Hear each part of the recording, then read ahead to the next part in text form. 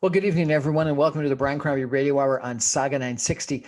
So, how is COVID-19 impacting local businesses? I wanted to reach out, and I've got a couple of different people that we're going to talk to this evening. The first we're going to introduce you to is Jake Pedlar. Jake is a real estate agent in the Port Credit, Mississauga area, but he's also an owner of Spice Grill and Tapas. Is that the appropriate name for it?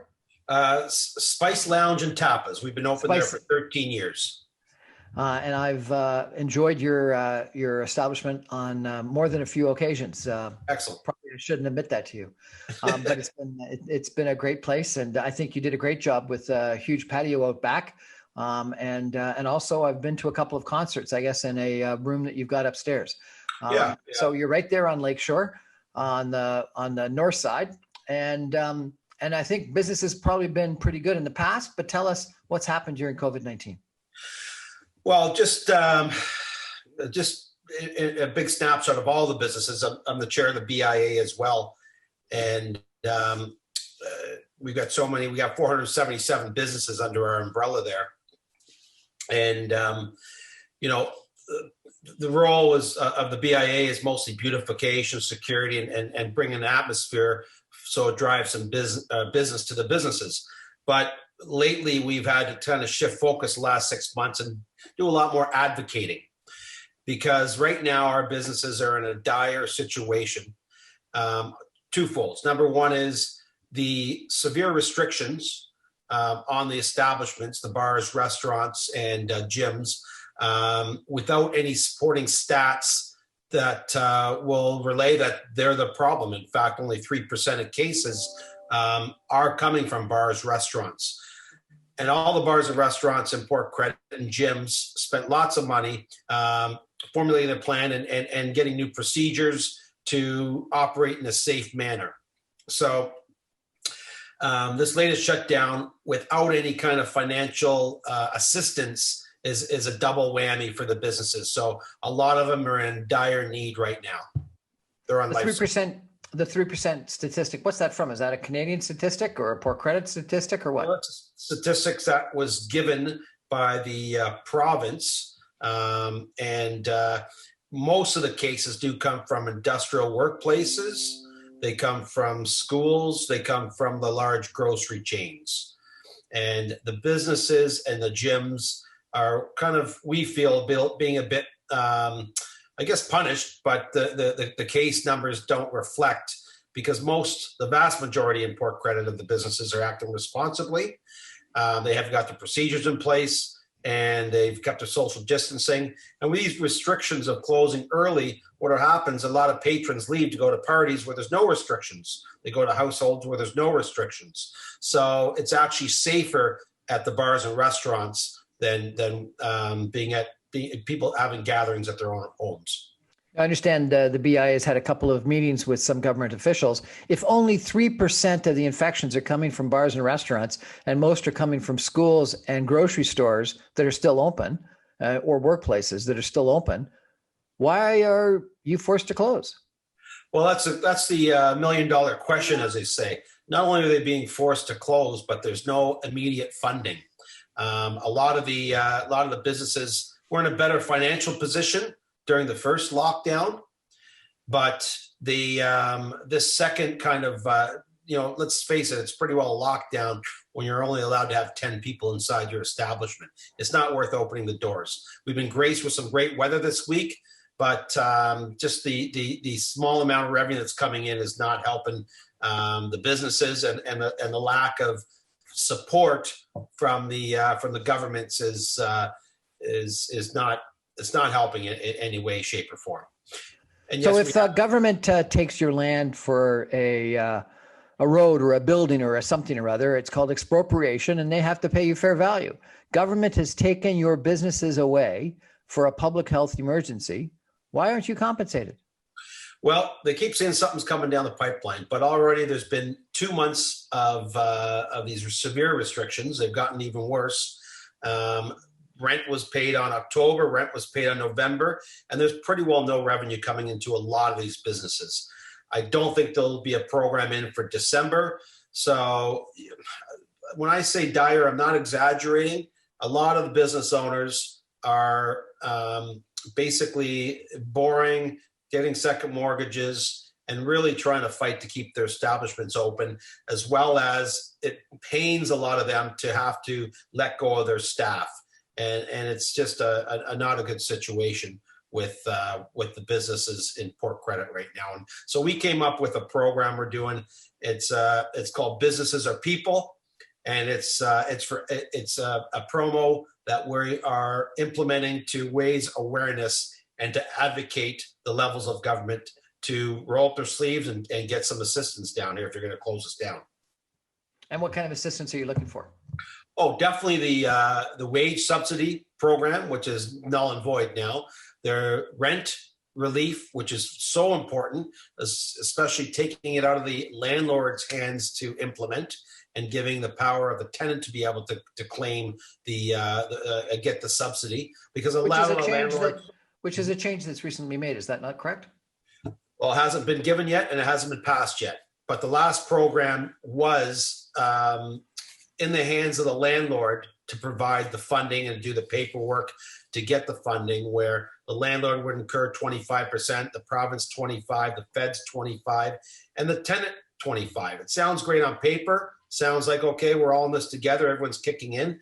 But a lot of the landlords did not pursue that program. And but this newest program that they have promised gives a bit more power for the tenant to be able to get the money directly. Do you think the government should go back and apply that program retroactively for those tenants that didn't have landlords willing to help out? Well, realistically, I don't think we'll go that far back. If they go back from October 1st to help cover the October 1st rent, September 1st, or October 1st, November 1st rents, that might be helpful. But let's face it, this is not going away anytime soon.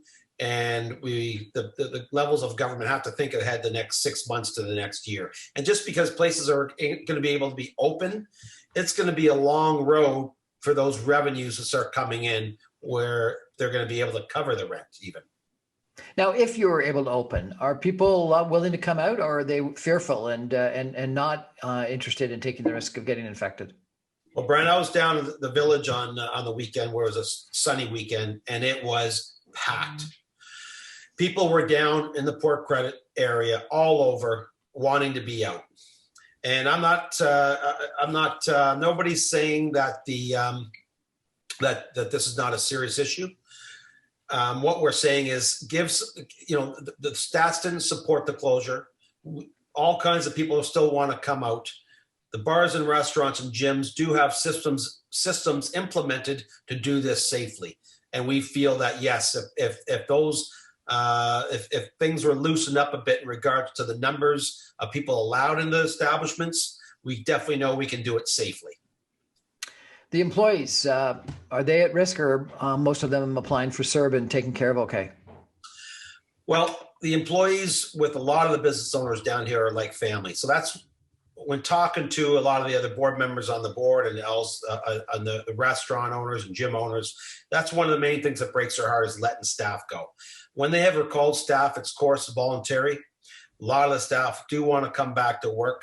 There's safety protocols for the staff. They're trained in regard to the new protocols, and they're itching to get back and work and being functioning again in society and in Port Credit and helping out the businesses. So all the rules and regulations, not just for the public but for the staff, are taken very seriously.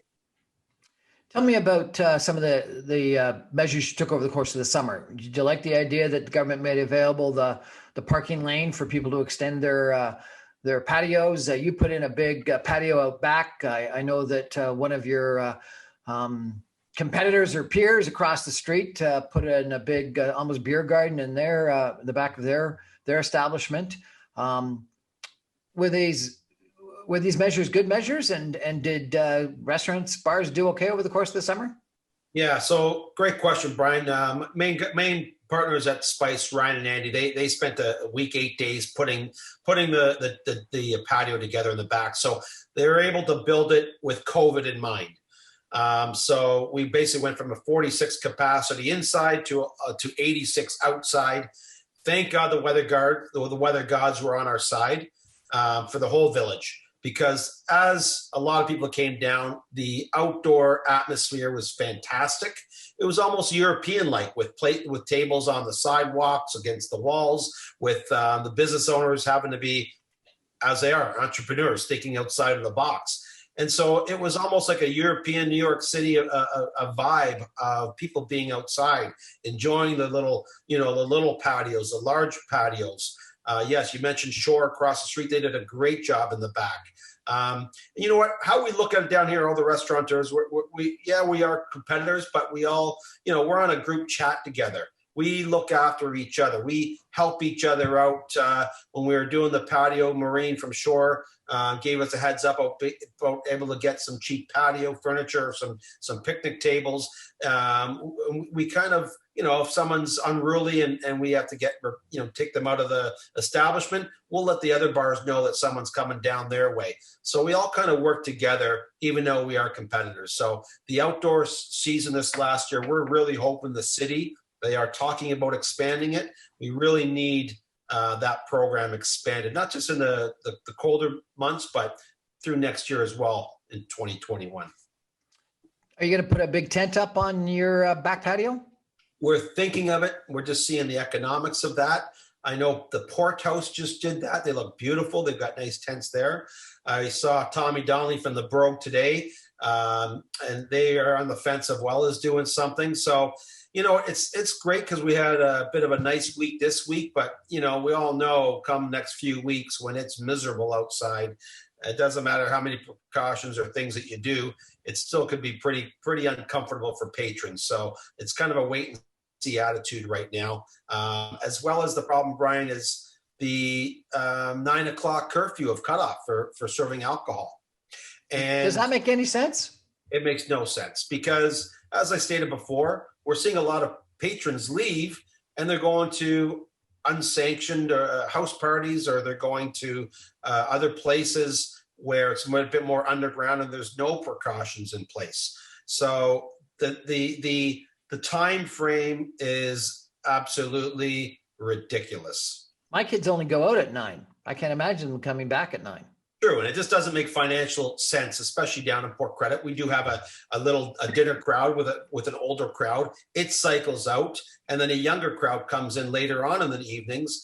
And so, just the loss of revenue of not being able to serve after 9 o'clock, it just doesn't make sense for a lot of businesses. Now, I've been in a couple of different establishments down in Port Credit recently, and my sense is that people are adhering to the wearing of masks when they come in, when they go to the washroom. People, a couple of times you see people stop by their tables and very quickly they get ushered away. And so my sense is that people are adhering to the rules without a lot of complaint, really.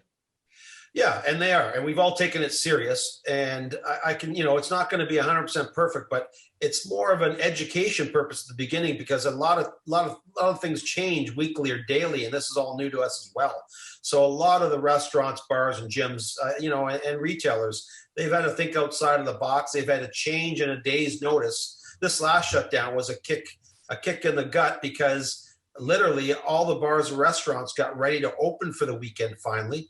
They purchased a lot of money. They used a lot of money to purchase food, extra alcohol, and then all of a sudden we're told that only 10 people were allowed in the establishments, and then even stricter rules came in 4 hours later from the region. So a lot of wasted money was spent to get product. And what do you do with all that food inventory? Well, thankfully, a lot of the restaurateurs down in this Port Credit area, what they've done, they know a lot of their staff is struggling. They've made care packages and taken care of their staff. They've dropped a lot of that extra food off to the Compass Food Bank, and they try to have specials to get rid of some of the food and regain some of the losses. But unfortunately, it was a decision that was made, and it was an immediate decision. At least when they did it in York Region, they gave 3 days. They gave 3 days notice, so those bars and restaurants could at least get rid of that or sell the produce that they had, and not incur that loss, because our businesses are bleeding, and that was just another kick in the gut, like I said. You're also in real estate. What's happening? Are companies going bankrupt? Are businesses going bankrupt? Are landlords selling properties? If someone's empty, are they able to lease the properties again? How is this impacting the commercial real estate market? A lot of our Pedlar Cot commercial team, we focus on hotel hospitality and development. The hospitality industry, not just restaurants, but the hotel industry, is at an all-time low for occupancy rates. People aren't traveling. Near the airport, a lot of the hotels are shut down. Downtown, a lot of them are operating, and their daily rates are very low with the low capacity. A lot of them might have, are going to be in trouble over the next few months. So on the other segue, yes, there is going to be a lot of businesses closing over the next 3 to 4 months. The rates are hopefully going to come down, so more businesses can step in. But we definitely are seeing things are struggling in the commercial end of things with the amount of bars, restaurants up for sale, businesses having to close. You know what? It's going to be a rough ride, Brian, not just for the next few months, but for the next few years.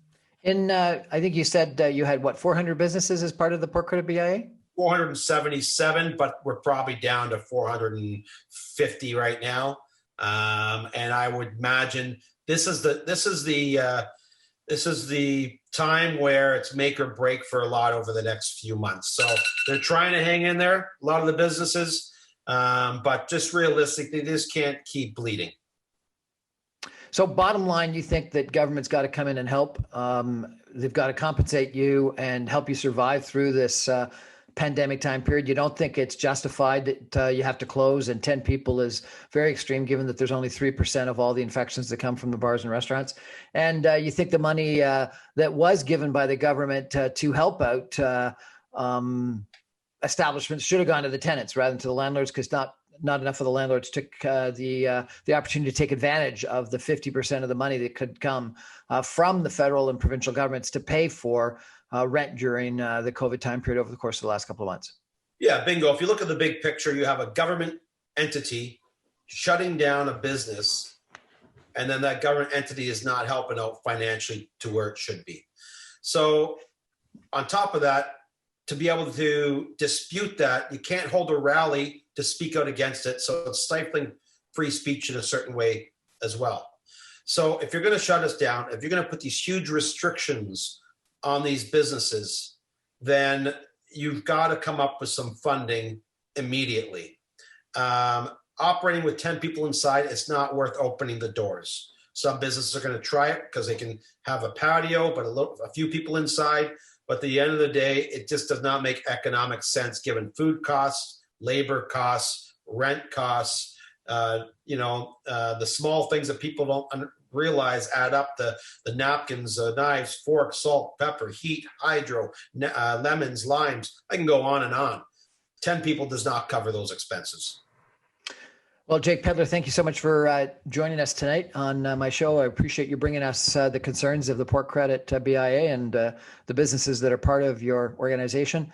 I guess I got to end by saying, if your business is taken away by the government to put in a road or a business or an arena or whatever the government wants to do, they got to expropriate your land. It's a true and tried concept over time in our legal jurisprudence.